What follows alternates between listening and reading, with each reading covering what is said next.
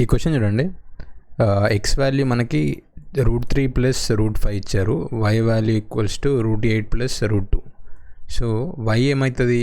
√8 అంటే 2√2 + √2. సో ఇక్కడ 3√2 వస్తుంది. సో వై వాల్యూ 3√2 అంటే ఎంత? 3 × √2 అంటే ఎంత? 1.414. సో దీని వాల్యూ ఏమవుతుంది? 1.4 × 3 అంటే 4.2.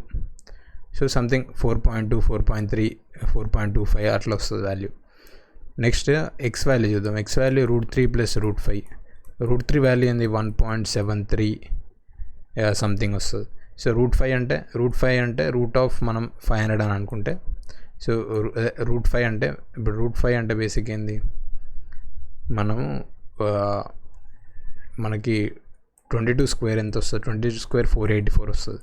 సో ఇది బేసిక్గా √5 అంటే 2.2 క్లోజ్గా వస్తుంది, 2.2 సంథింగ్. సో దీని వాల్యూ మనకి ఏమొస్తుంది? 3.93 ఆర్ 3 అంటే <4 వస్తుంది. So x value <4, y value 4.2 ఉంది. సో వై వాల్యూ ఆబ్వియస్గా ఎక్స్ వాల్యూ కంటే ఎక్కువ ఉంటుంది. సో మన ఆన్సర్ ఏమవుతుంది? ఆప్షన్ సి అవుతుంది. మీరు గవర్నమెంట్ ఎగ్జామ్స్కి ప్రిపేర్ అయితే ఖచ్చితంగా ఈ ఛానల్కి సబ్స్క్రైబ్ చేసుకోండి, ఎందుకంటే ఇలాంటి చాలా వీడియోస్ నేను అప్లోడ్ చేస్తాను.